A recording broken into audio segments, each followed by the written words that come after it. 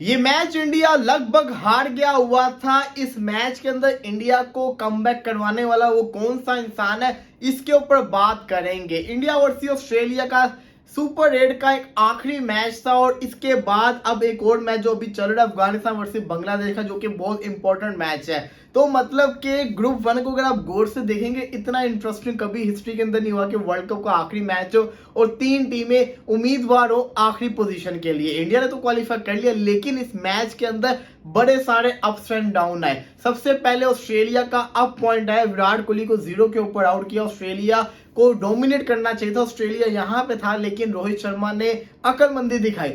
रोहित शर्मा को याद था कि 2023 के वर्ल्ड कप में केएल राहुल, विराट कोहली स्लो हो गए थे, मैच सारा रुक गया था। अगर मैं यहाँ पे स्लो हो गया तो फिर से कहते हैं ना, ऑस्ट्रेलिया हमें डोमिनेट कर देगा। तो रोहित शर्मा के माइंड के अंदर ये चीज थी। रोहित शर्मा विराट कोहली की विकेट गिरती, अगले ओवर में मिचेल स्टार्क को 29 रन मारते हैं और कोई सोच भी नहीं सकता कि वो रोहित शर्मा जो कि लेफ्ट आर्म बॉलर के अगेंस्ट सबसे ज्यादा दफा आउट हो रहे हैं, उसी लेफ्ट आर्म सबसे बेस्ट बॉलर को वो 29 रन मार देंगे। और यहां से सिलसिला शुरू होता है। फास्टेस्ट 50 भी आता है वर्ल्ड कप का। इस वर्ल्ड कप का 19 बॉलों में 50 मारते हो, फिर रुकते नहीं है रोहित शर्मा। 92 के ऊपर होते हैं, सेंचुरी की परवाह नहीं करते, हिट करने के चक्कर में फिर से आउट हो जाते। टीम के लिए खेल रहे थे। 15वें ओवर के अंदर इंडिया 155 के ऊपर था। उसके बाद दोबारा से ऑस्ट्रेलिया राइस करता है। राइस इस तरह से करता है, ऑस्ट्रेलिया जहां पे 240 हो रहा था, वहां पे ऑस्ट्रेलिया इनको 207 के करीब ऑल आउट कह रहा हूं, ओवर जिसे कहते हैं ना, पूरे होता है, रोक लेता है। टारगेट मिल जाता है इनको चेस करने का। और फिर क्या ही बात है, मतलब कि आते साथ ही ट्रेविस हेड का स्टार्ट होता है, लेकिन अर्शदीप सिंह जो है वो पहले ओवर में डेविड वार्नर को भी आउट कर लेते हैं। तो मतलब कि जो ऑस्ट्रेलिया पीक पे था, एकदम से इंडिया दोबारा से पीक के ऊपर आ गया। उसके बाद जिस किस्म की परफॉर्मेंस करके दिखाई ट्रेविस हेड ने और मिचेल मार्श ने, आप देखिए इंडिया, मैंने पहले शुरुआत की थी, इंडिया लगभग ये मैच हार गया हुआ था। आपने कभी भी नहीं देखा होगा कि ऋषभ पंत ऐसे कैच के लिए एफर्ट ना करे। रोहित शर्मा इतने गुस्से वाले मूड में नजर आ रहे होंगे, ऋषभ पंत को बोल रहे थे इवन कि उन्होंने कुछ अब्यूज किया था, साफ दिख रहा था। उसके बाद जिस तरीके से अर्शदीप सिंह ने भी कैच छोड़ दिया, साफ लग रहा था कि इंडिया जो है वो प्रेशर के अंदर आ गया हुआ है। लेकिन कैप्टन थे, वो जानते थे कि रन तो हमने कम किए, गुस्से में वो थे, लेकिन उनको उम्मीद थी कि कुछ ना कुछ हो सकता है। मिचेल मार्श ने फिर जिसे कहते हैं ना, 2 शुरू की, ट्रेविस हेड ने भी मारना शुरू किया और एक टाइम पे तो बिल्कुल क्लियर हो गया था कि अब तो ऑस्ट्रेलिया आराम से जीत जाएगी, अब तो पीछे कुछ बचा ही नहीं है।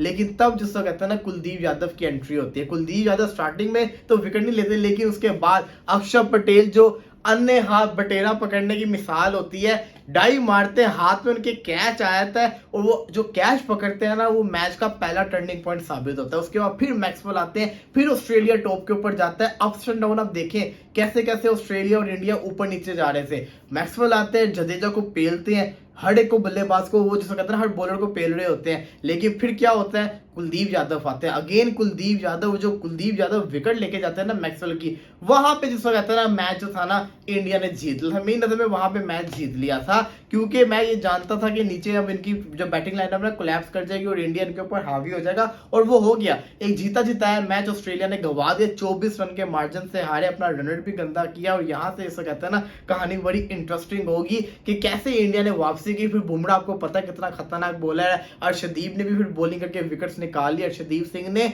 एक चीज है कि एंड के ऊपर फुल टास्क नहीं करनी, अदरवाइज उसने बॉलिंग बड़ी अच्छी की है। उसने कुछ यॉर्कर्स भी मारे थे एंड के ऊपर आके, और फिर उसको आखिरी ओवर की आखिरी 3 बॉल उसने फुल टास्क किया, लेकिन अदरवाइज उसने अच्छी बॉलिंग की है। बुमराह ने अच्छी बॉलिंग की, अक्षर पटेल ने अच्छी बॉलिंग की। एक इंडिया के लिए जो ट्रबल साइंस है ना, ट्रबल मैं कह रहा हूं कि ट्रबल जैसा कहते हैं ना, एक चीज बनती जा रही है, वो है रविंद्र जडेजा।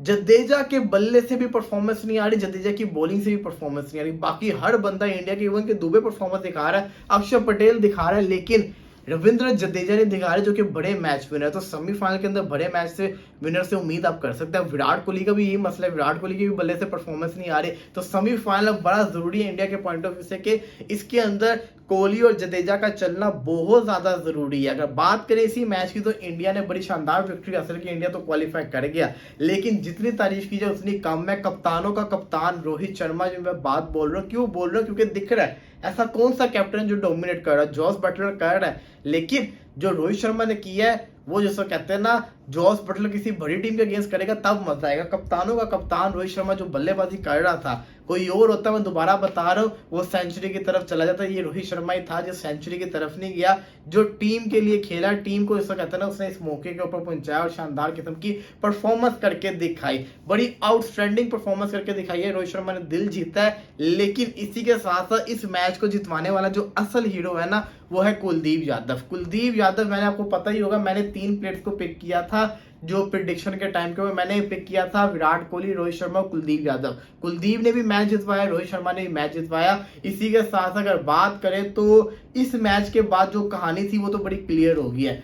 इंडिया ने बदला भी लिया, इंडिया ने जिसको कहते हैं पूरी कोशिश भी की ऑस्ट्रेलिया को बाहर करने की, और इंडिया ने ऑस्ट्रेलिया का ग्रुड भी तोड़ा और अपना जिसको कहते हैं ना जो कॉन्फिडेंस लेवल था उसको भी हाई लेके गए। इन केस अगर बांग्लादेश कम मार्जिन से जीत जाता है और फिर ऑस्ट्रेलिया क्वालिफाई कर जाता है, तो दोबारा से मैं आपको बता रहा हूँ, इंडिया वर्सेस ऑस्ट्रेलिया आपको फाइनल के अंदर देखने को मिल जाएगा, और ये फाइनल किसी ब्लॉकबस्टर से कम नहीं होगा, और ये ऑस्ट्रेलिया आपको दोबारा ऐसे खेलते हुए नजर नहीं आएगी। ऑस्ट्रेलिया आपको एक अलग ऑस्ट्रेलिया नजर आएगी, ज्यादा डोमिनेटिंग होगी और ज्यादा जिसको कहते हैं ना खतरनाक साबित होगी। लेकिन उससे पहले इंडिया का जो बड़ा इम्तिहान है वो है इंडिया वर्सेस इंग्लैंड। वो इंग्लैंड जिन्होंने इनको 10 विकेट से हराया था सेमीफाइनल, दोबारा से सेमीफाइनल इनका आपस में होगा, वो भी सेकंड सेमीफाइनल होगा। तो ये देखना बड़ा जरूरी है कि अब ये वाला सेमीफाइनल कौन जीतेगा। उस टाइम पे सेकंड सेमीफाइनल था, first semifinal Pakistan versus New Zealand का था, पाकिस्तान जीत गया था। अब देखना ये है कि यहाँ पे ये लोग क्या करेंगे, किस तरह की परफॉर्मेंस करके दिखाएंगे। तो मुबारकबाद हो इंडिया को, भारत को। लेट्स सी देखते हैं कि ये वाला मैच कौन जीतता है।